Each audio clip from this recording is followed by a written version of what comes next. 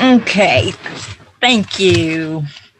Okay, I'm going to start off by first of all saying I tried to make this as organized as possible, but my thoughts are much like my kitten. They are just all over the place, and trying to keep them in line just does not work. And I also want to start off with some content warnings, trigger warnings, whatever you prefer, because while, yes, I'm talking about death, some topics of death people just can't really handle. So I want to give everyone the chance to know whether this talk will be for them. If you choose to leave, I completely understand. So in this talk, there's mention of cremation, cannibalism, stillbirth, and unaliving oneself. I use the term unaliving just because YouTube is kind of picky about the S word. So, also a fair warning, there is a fair dose of facing death with a sense of humor. I'm weird. We all know this. No one should be surprised. So, a few months ago, I was watching a video on YouTube where it mentioned the St. Francis Dam disaster in San Francisco Canyon near Los Angeles, California. So, after I watched that video, YouTube suggested the next video I should watch should be the massive LA disaster you've never heard of by Ask a Mortician, talking about the St. Francis Dam disaster. Well, okay, I'm kind of curious. I'd heard of this YouTube channel before, but I've never really watched it because, what's Ask a Mortician going to be about? Yeah, what happens in the embalming room, the process of cremation? How many videos could she really make, and would they be interesting? Well, the answer is she's super interesting. She being Caitlin Doty, a mortician in California who created this channel about 8 years ago. Okay, I know what you're all thinking. Oh no, Katie's talking about a YouTuber again. Is this all she ever talks about? Well, I do watch a lot of YouTube. But no, this talk isn't about Caitlin Doty, or not entirely. I'll be mentioning her, a bit, but there will be other stuff as well. I'm also going to be talking about real life, including trying to answer, what's with all the skulls, Katie? I'll be talking about books and music. Okay, so back to what I was saying before. So there I was watching the video Caitlin made about the St. Francis Dam disaster, which is where a poorly built dam wound up failing at about midnight one night in 1928, causing a massive flood to course through the San Francisco Canyon and out to the Pacific Ocean. And it killed somewhere along the lines of 600 people. And she took the topic very seriously. She did her research. She went out to the site so that you could get a visual of, what she was talking about and everything. But she also inserted bits of humor, where appropriate, like saying, oh, this person, grabbed their chicken and hopped on the mattress to, surf the waves, out to the Pacific Ocean, which is a detail that she had read about in her research. So it's not like she just made it up out of nowhere.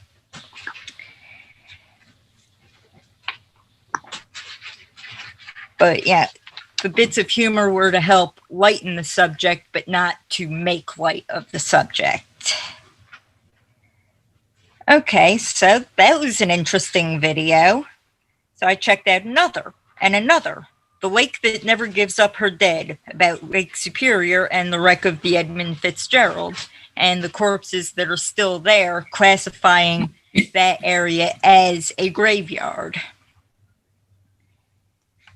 Iconic Corpses, the Romanov family, talking about the Russian Tsar Nicholas and his family, and the infamous story of Anastasia Romanov and what happened to their bodies. iconic corpse, Graham Parsons, and the truly, truly wild story of his death, or rather the battle over what should happen to his corpse, his failed cremation, and finally his burial in New Orleans.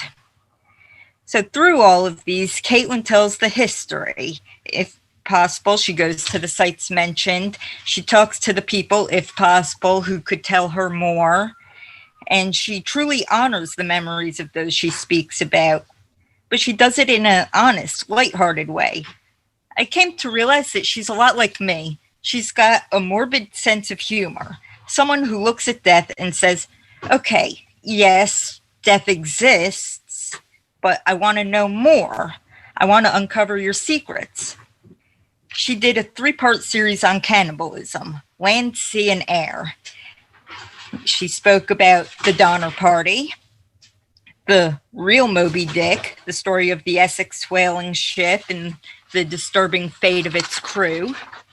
And for air, the rugby team that fell from the sky, Uruguayan Flight 571, which had crashed in the Andes in 1972, and where those who had survived for 72 days, I believe it was, they managed to live for 72 days by resorting to cannibalism. And in that, most of them had a Catholic background, and they faced eating the corpses of those fellow passengers who had died. They faced it almost with a sense of taking communion. You know, these people died so that we could live. Caitlin made all of this fascinating and made me want to learn more. But in watching her videos, something else sort of stood out to me. She keeps talking about the Order of the Good Death. Huh? What's the Order of the Good Death? Well, it's something that Caitlin started. From their website, the order is about making death a part of your life, staring down your death fears, whether it be your own death, the death of those you love, the pain of dying, the afterlife or the lack thereof, grief, corpses, bodily decomposition, or all of the above, accepting that death itself is natural, but the death anxiety of modern culture is not. Okay, so that's a lot of flowery language, but So basically, Caitlin, as a young mortuary school graduate, was driving a van that would pick up the corpses from various funeral homes and deliver them to the crematory. And as she's doing this, she's starting to think to herself, wouldn't it be nice if we had a culture more open and honest about death? But she also believed that this wouldn't happen until there was a better funeral industry, where the family could be involved rather than it all being hidden away behind closed doors. You know, oh, don't worry about that. We'll take care of that. You know, advocating for yourself and for your loved ones so that they can have, the funeral that they want rather than what's expected. So, among other things, she created her YouTube channel that explores death in all of its forms. Okay, so after watching the video about the rugby team, I was scrolling through Facebook and I saw a post from a member of an online mom group I used to be a part of. She had just watched the video about the rugby team as well. So I posted a comment along the lines of, ooh, a fellow deathling, which is what Caitlin calls her followers on YouTube. And how much I admire Caitlin for the research she puts into her videos, along with her attitude of embracing death rather than shying away from it. And my friend replied, well, what she said kind of gave me the idea for doing this talk. She said, yes, I remember your loss and how y'all did your grieving, and it took me back at first, but I've had time, and now I think it's absolutely beautiful and the perfect way to say goodbye. I'm not sure I could ever do a home funeral or burial, but I definitely want a green burial or composting, and if I can be sent to a human decomposition research facility or medical science, I'd love to do that. So, I've mentioned before that, I had suffered the loss of my daughter.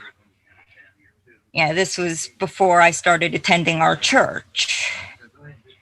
But I don't think I really talked about her funeral or anything.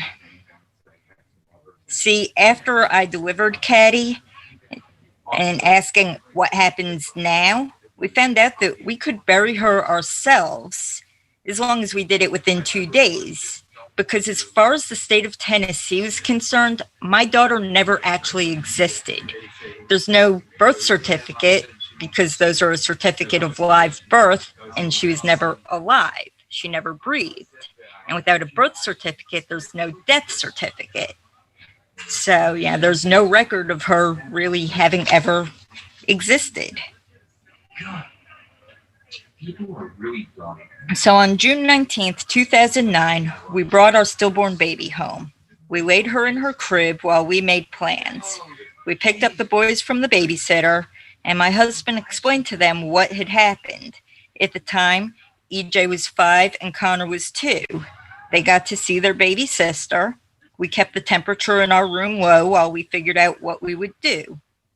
Yes, we slept for 2 nights with our dead baby in the same room as us. Since my husband has Native American heritage, he wanted to do a native burial. We have some property on a dead-end road, and we chose to bury her there.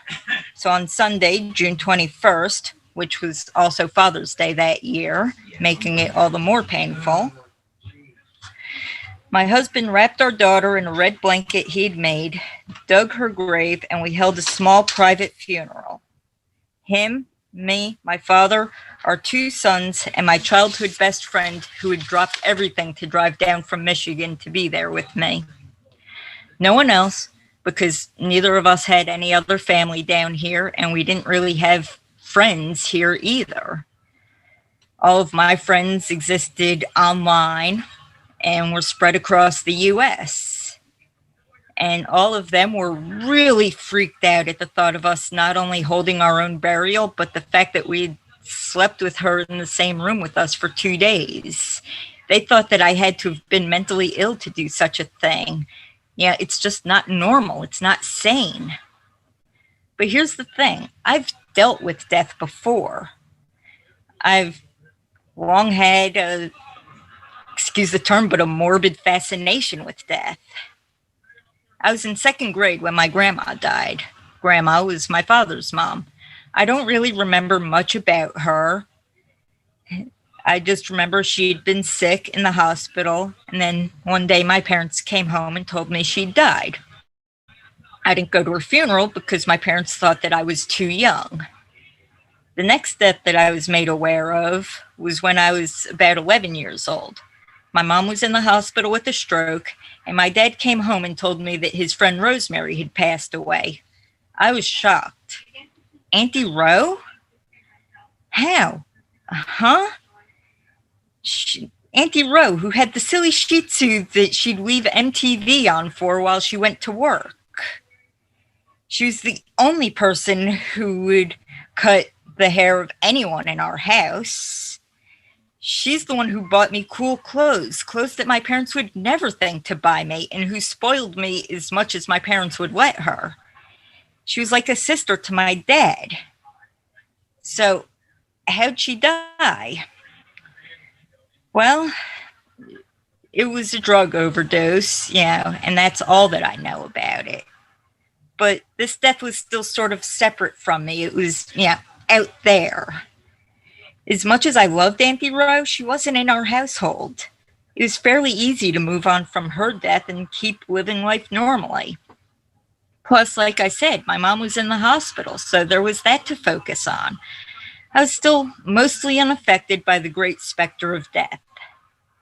But then a year passed. 1996.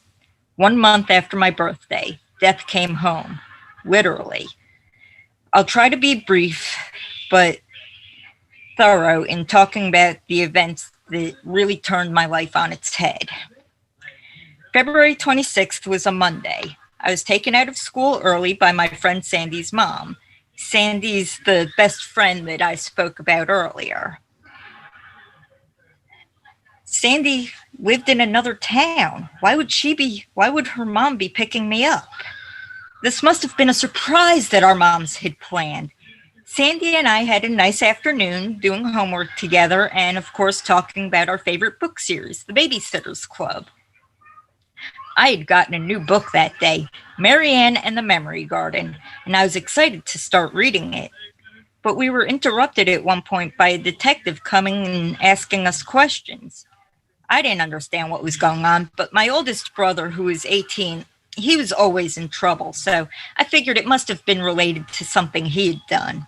I didn't care much. I just wanted to get back to my book and playing with my best friend. When bedtime came, my Uncle Butch came to pick me up. Again, this was strange because we didn't really see him and his wife outside of the holidays, and he lived in yet a different town. But my brother Jason and his girlfriend Olivia, who's living with us, they were with Uncle Butch, so I just sort of shrugged it off. But when we got to my house and were going inside, I was struck by how quiet it was. We had 3 dogs, a collie mix, a Sheltie mix, and a border collie mix. Normally, entering my house caused you to go deaf from the 3 of them barking, and you would have had to fight to remain upright with the 3 of them jumping, trying to tackle you to make licking you to death that much easier. But there were no dogs to greet us, just my dad, sitting on the couch in the living room, waiting for us. I sat down in the armchair. My father told me that my mother had died that morning in a fire. I don't really remember everything he said. Bits of that night are missing to me. I know that I was crying. Jason and Olivia came over to the chair to hold and comfort me.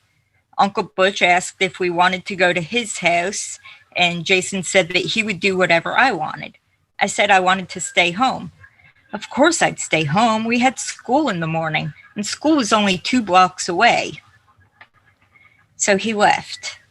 I grabbed my new book and a pencil and wrote in the front, "In memory of Catherine Mary Margaret Duggan Peller, died in a fire February 26, 1996.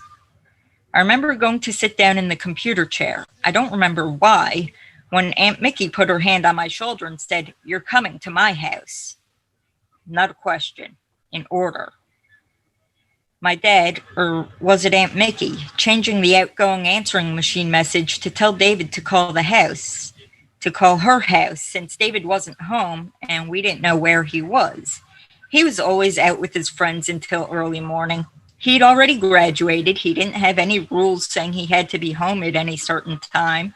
No one could get him to do what they wanted anyway. So we go to Aunt Mickey's. We sit around for some time, and I remember thinking, Aunt Mickey has cats. I love to play with the cats. But should a girl whose mom just died really go chasing the cats? I better not. It's not right. Like, I was worried about how it would appear to everyone if I were to run around trying to catch the cats to pet them. Olivia and I go to sleep in my cousin Chrissy's room, since Chrissy is away at college.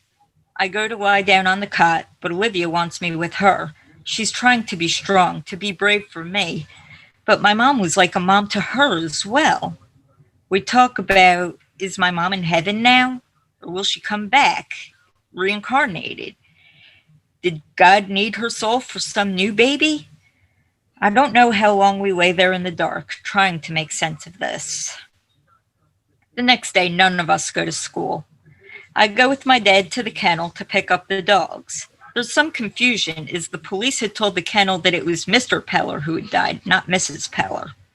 My father looks around and says, "I don't know, I feel pretty alive. I'm sure that I'm still here, not a ghost." Humor. Humor in the face of death. The first small sign that I don't have to be completely silent and sober about what's happening. That evening, my classroom teacher, Ms. Sharp, and my favorite gym teacher, Ms. Bryant, come by to give their condolences, and they give me a stuffed animal, which I promptly named after my mom. I still have Catherine, even after all of these years, though she's pretty rough looking and lives on a bookshelf now. Okay, so I'll try to speed this up a bit. So I went back to school on Wednesday, even though I could have stayed out all week. But I'm supposed to go to school. My mom would be mad if I kept skipping school. I'm pretty sure that I'm like a ghost in the hallways. I walk around in a daze, just clutching my stuffed animal, trying to figure out what now. I wasn't allowed in the backyard when everyone went back there to see. See what? I don't exactly know. I wasn't allowed to read the newspaper article that came out the day after her death. It was on the front page. All my classmates have read it, but I'm not allowed. It took close to 6 months for me to fully come to terms with the fact that my mother was dead. She wasn't hiding somewhere waiting for us to find her, like in the past when she would hide in the shed. She wasn't actually at her mom's apartment recovering from being sick, like the time after the stroke and before the fire. She was dead.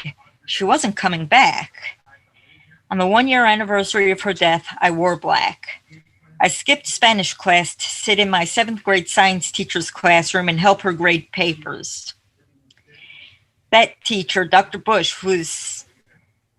she was my science teacher. She had cool animals in her classroom, and she was kind of like another mom to me.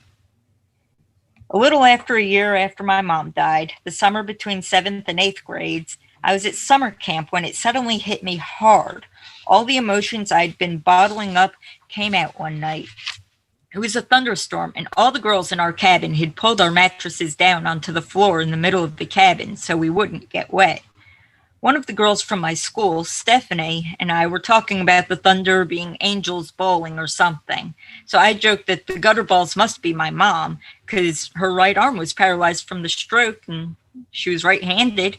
Stephanie said, "No, when you go to heaven, you're healed completely." I don't remember exactly what made me start crying, but suddenly I was just sobbing and couldn't stop. It had finally fully and truly hit me that my mom was gone for good. From that day on, I was even more somber. I laughed less, cried more. Depression was truly setting in. I don't remember when exactly it was that I finally saw the news article about my mom's death. I was in 11th or 12th grade. One of my friends from school had used her dad's credit card to purchase the article from the newspaper's online archives. In the article, it talks about how detectives don't know if it was an accident or on purpose. Did she sneak out to the storage shed for a cigarette, drop it, and ignite the kerosene that was kept out there? And if on purpose, was it self-inflicted? She did have a history of trying to unalive herself, now that I think back. Now, at the time that I saw the article, I was in foster care and a fundamentalist Christian. Unaliving? That's a sin. Could my mom be in hell? Because the chances of it being an accident were slim, because the series of events that would have to have happened were too unbelievable to accept. I knew deep down that this was intentional. Okay, so it was after my mom's death that I also started to have sort of a thing for skulls. I started to collect stuff with skull iconography, a ring, a sticker, basically whatever small things I could find. And this is where it gets kind of morbid. I'm warning you all now. See, because my mom was so badly burned, when our next door neighbor had put the fire out, all that was left was a skeleton. So yeah, that imagery is what started me in collecting skulls. But it's moved on from just, that memory of, that's how my mom remained, to just being something that I collect. Okay, so moving on from that depression fest, onto something a little less trauma-inducing. I titled my talk, "Death is Nothing to Fear," and I mean that in many ways. One I sort of talked about already, facing death, accepting that it happens to all of us, not shying away from it. One example is when I was in foster care. It was when I was, I think, 16 that my foster mother's father died. We were on our family trip to Florida where he lived. He was sick and old, so his death didn't really surprise us. We knew it was coming. And he passed in his own home, in his own bed, with his daughter by his side. After he passed, and before his body had been taken away to the mortuary, my foster sisters and I explored death a little bit, up front and head on. One of his legs had been amputated due to diabetes, and he always wore pants so that we couldn't see the stump, and we were curious to see what it looked like. So we looked. Yeah, little things like this. We weren't trying to be disrespectful. We were just trying to understand everything. This was our chance to look death in the face. It was my first time seeing a dead body that wasn't that of an animal. And then there's also the idea of fearing death, as in fearing dying, fearing what comes after, and will it hurt? Now, I haven't died or had a near-death experience, but my husband has. I'm sure you all remember back in August of 2019 when he had his heart attack. Well, after I'd gotten him to the hospital, he'd actually coded and had to be resuscitated. He told me that he had no clue. For him, it was just a short time that had passed, like he'd fallen asleep, but without dreaming. It wasn't painful. There were no white tunnels or pearly gates or fire and brimstone, just sleep. But what about another version of not fearing death? You didn't do it right. When I came to, I thought it was just a few seconds or a few minutes, and Katie's there with tears running down. We were supposed to go to Dollywood the next day. And she looks down and says, if you didn't want to go to Dollywood, you could have just told me. Okay, it's yours now. Okay, but what about another version of not fearing death? When I say, picture death, what do you see? Most of you probably conjure up an image of the Grim Reaper with his black cloak, holding a scythe in his bony hands, coming to take you away. He's the bad guy, taking our loved ones away from us. But what if I told you he's not the bad guy? He's not the one killing you. He's just the one taking you on that journey to whatever comes next. He's the guy who's holding your hand so you're not going alone to the pearly gates of heaven, or the underworld with Cerberus and Hades, where you'll spend your afterlife in the Asphodel Meadows or Elysium. Or perhaps if you believe in rebirth, death is the one who leads you to where you chose your next life, the new adventure. But he isn't anyone to be afraid of. He's a friend who's helping you on your journey. Okay, so now we know why I'm so obsessed with skulls and death. We've learned that my mom's death had hit me hard, turning me from a bubbly kid who's always super cheerful to one who's more drawn inward, quieter. So what next? Okay, so I'll talk briefly about another YouTuber, or rather another YouTube channel. These two guys who are popular on the internet for playing video games, Markiplier and Crank Gameplays, decided to try an experiment. They created a channel that would exist for 1 year. That's it.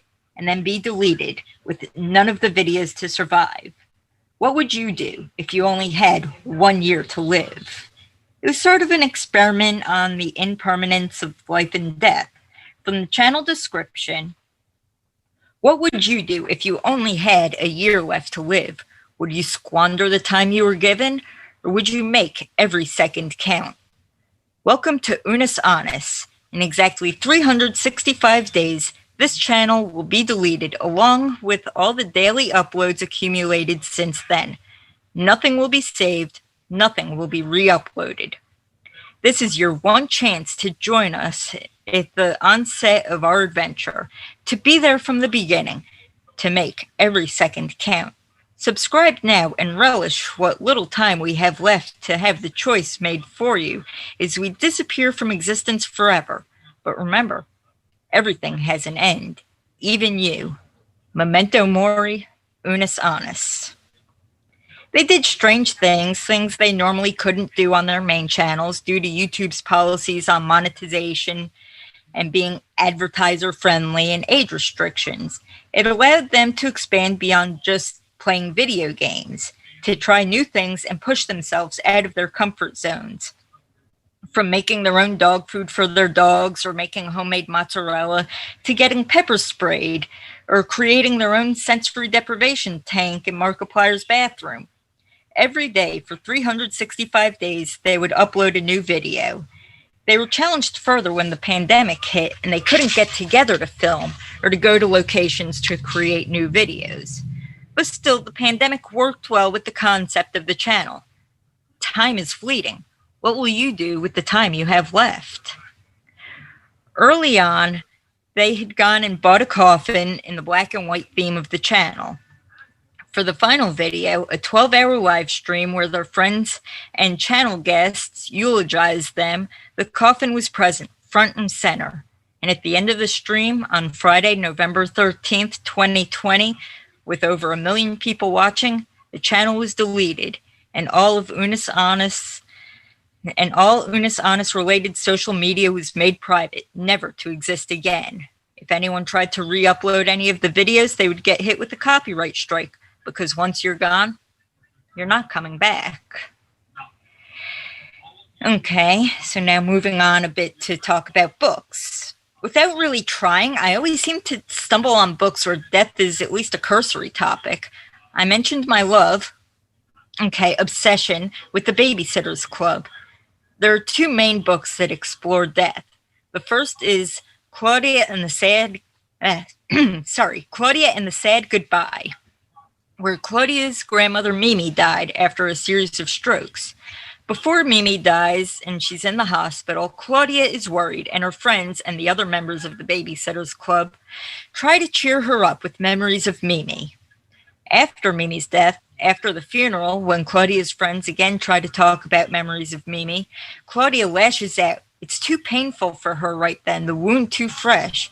She can't bear to think of happy memories so soon after the funeral. But a few weeks later, she's willing to hear stories, but doesn't know how to start the conversation with her friends, who are all trying to be sensitive to her feelings and not mention her grandmother. But there's another scene in the book that stands out to me. During the burial, where all the members of the family throw some dirt onto the coffin, and Claudia thinks to herself, Mimi isn't really in there. Now, as a kid, I thought she was saying that they were burying an empty coffin for some reason. Maybe part of that goes to my mom's funeral, where there was a casket up at the front of the church, but she wasn't in there. It was just a symbol because she'd been cremated.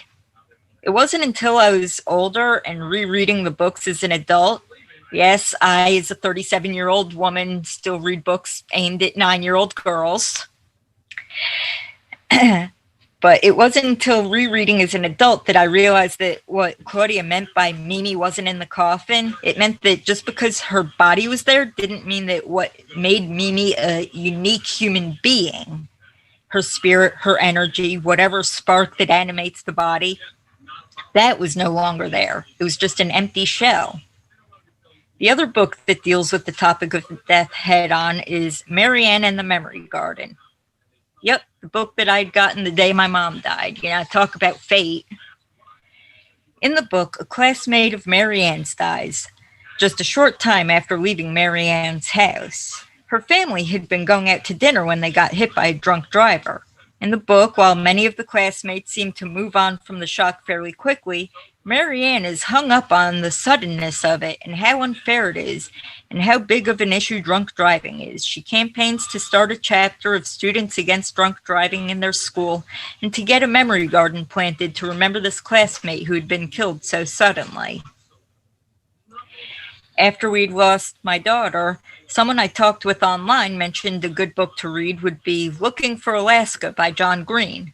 But I didn't seek the book out right away, and in fact, I'd forgotten about it until years later when I stumbled upon the Vlogbrothers channel and decided to read some of John's books.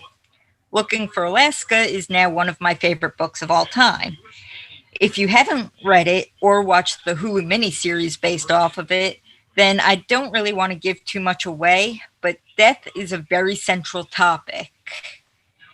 From Pudge's interest, or close to obsession really, with the last words of famous people, to Alaska's obsession with Simon Bolivar and his dying words of, "Damn it, how will I ever get out of this labyrinth?"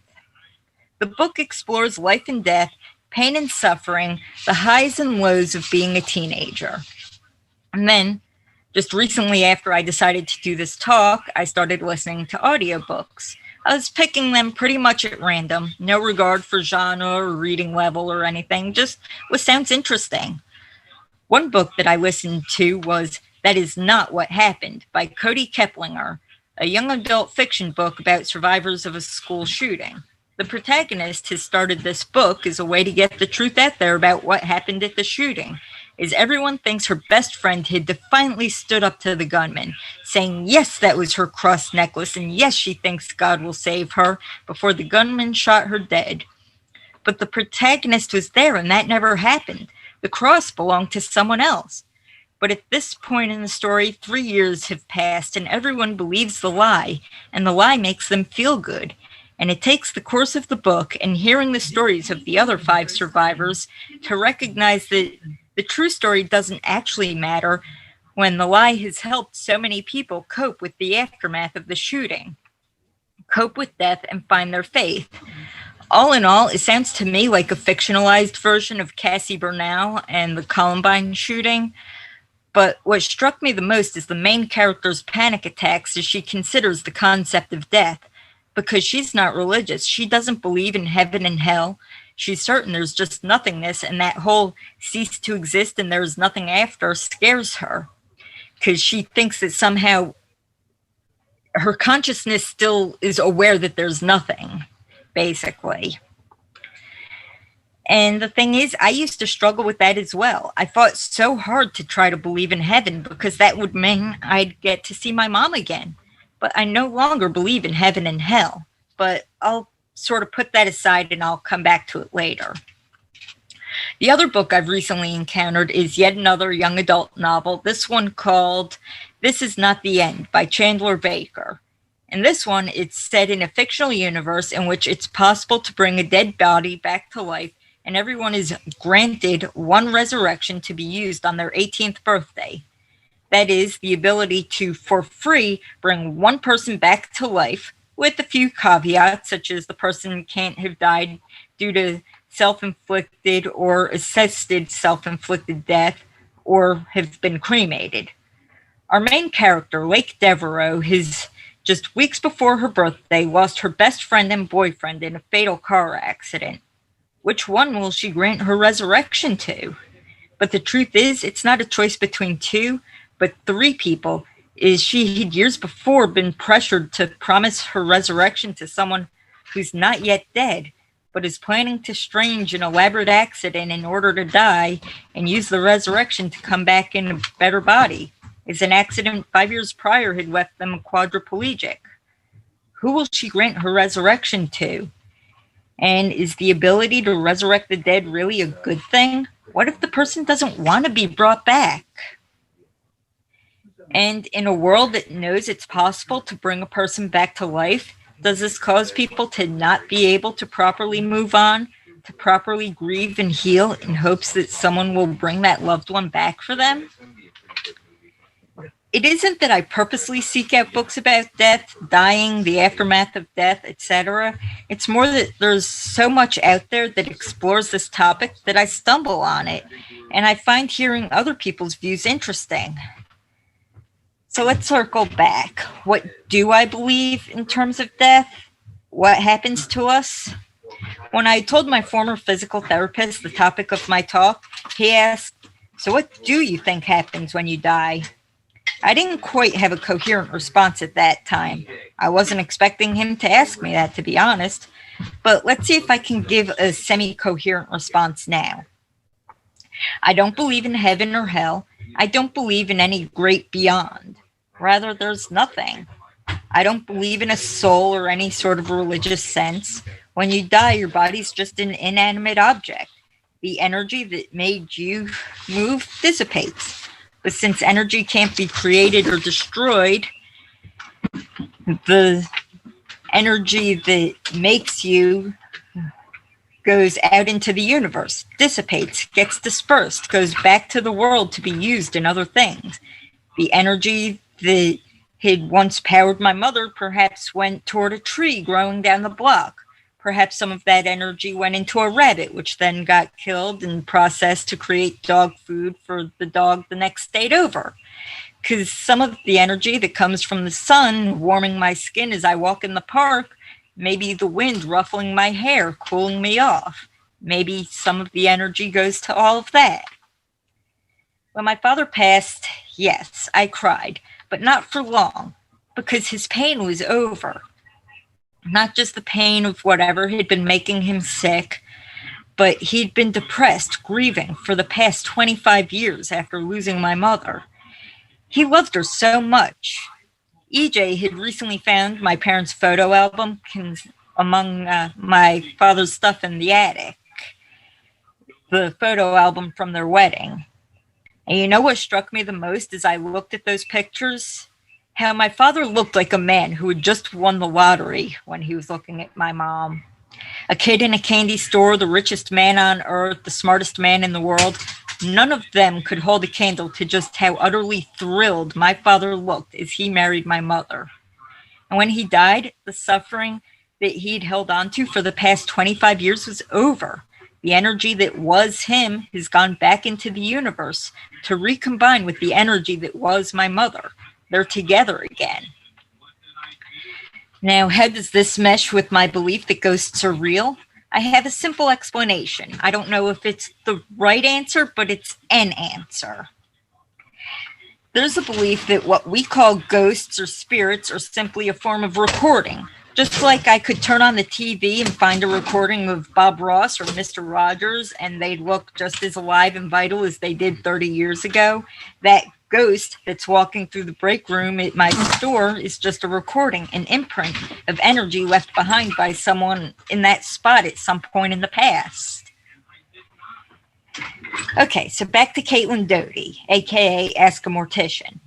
Her videos are not just all about the interesting corpses from the past. There actually is a reason her channel is called Ask a Mortician. People have questions, and they can be seen as kind of weird for wanting to know some things. So aside from normal video topics such as visiting Hawaii's tragic and remote leper colony, or it's a mummy unwrapping party, you also have videos like what happens to a body during embalming, corpse control, know your rights, protecting trans bodies in death, and can I keep my parents' skull and tattoos? She wants us to be comfortable with the concept of death, of talking about death, comfortable asking the questions that will bring peace to ourselves and our families, making sure you know your rights when it comes to your death, and having the death you want rather than what the funeral industry expects you to have. After my father's death, we had him cremated. It's what he wanted, and we picked a nice box for him and had it engraved. When my husband and I went and picked it up, and we were getting back into the truck, he commented that the box felt kind of light, lighter than he expected. I sort of rolled my eyes and said, did they remember to put his ashes in there?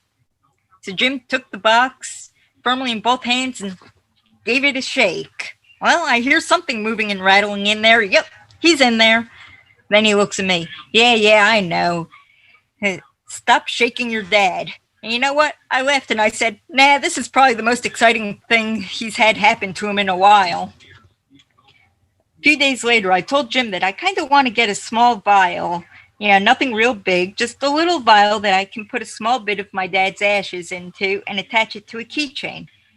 After all, it's been many, many years since he last rode a motorcycle. I'm sure he'd love to go for a ride on mine.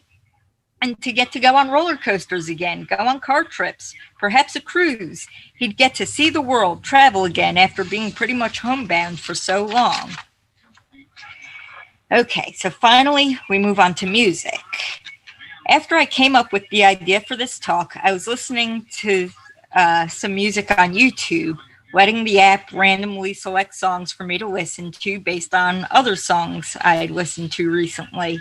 And the song I Will Follow You by Death Cab for Cutie came on. I think the lyrics are just right for this talk. Love of mine, someday you will die, but I'll be close behind. I'll follow you into the dark, no blinding light or tunnels to gates of white, just our hands clasped so tight, waiting for the hint of a spark. If heaven and hell decide that they both are satisfied, illuminate the no's on their vacancy signs. If there's no one beside you when your soul embarks, then I'll follow you into the dark. In Catholic school, as vicious as Roman rule, I got my knuckles bruised by a lady in black. And I held my tongue as she told me, son, fear is the heart of love, so I never went back. And if heaven and hell decide that they both are satisfied, illuminate the no's on their vacancy signs. If there's no one beside you when your soul embarks, then I'll follow you into the dark. You and me have seen everything to see, from Bangkok to Calgary, and the soles of your shoes are all worn down. The time for sleep is now, but it's nothing to cry about, 'cause we'll hold each other soon in the blackest of rooms. And if heaven and hell decide that they both are satisfied, illuminate the no's on their vacancy signs. If there's no one beside you when your soul embarks, then I'll follow you into the dark. Okay, so those are some powerful lyrics. From the point of view of two people who are very close, spouses, partners, parent and child, two lifelong friends, one comforting the other that no matter what, they'll always be together. Someday you will die, but I'll be close behind. The assurance that even through the darkness, even with a lack of light to follow or a tunnel or pearly gates, they'll make the journey together, hands clasped tight to meet whatever happens.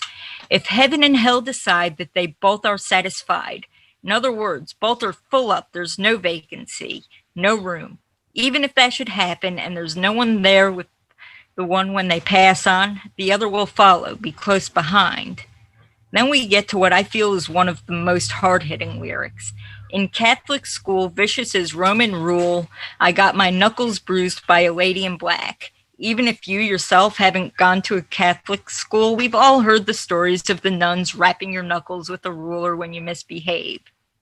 And I held my tongue as she told me, son, fear is the heart of love, so I never went back. Here it is. Fear is the heart of love, fear of going to hell. The heart of God's so-called love for mankind. Because God loves you, he has to punish you when you do wrong. It's only right, right? I'm sorry, but this sounds to me like an abusive relationship. I'm sorry I punched you, honey, but you forced me to when you went out with your friends. Yes, I threw a glass at you, but you made me so mad when you said no to me.